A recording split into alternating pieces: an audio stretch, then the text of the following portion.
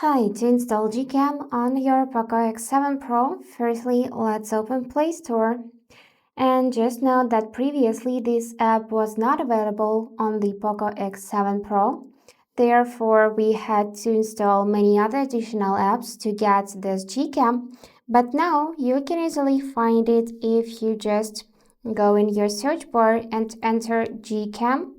And here it is. Now it is available on this device and we can immediately hit this blue button install.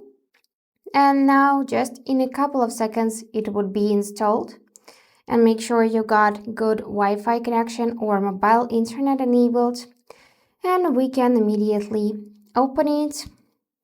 Here tap consent and now wait a couple of seconds. If you want to, you can buy premium version or choose to open limited version and now allow permissions.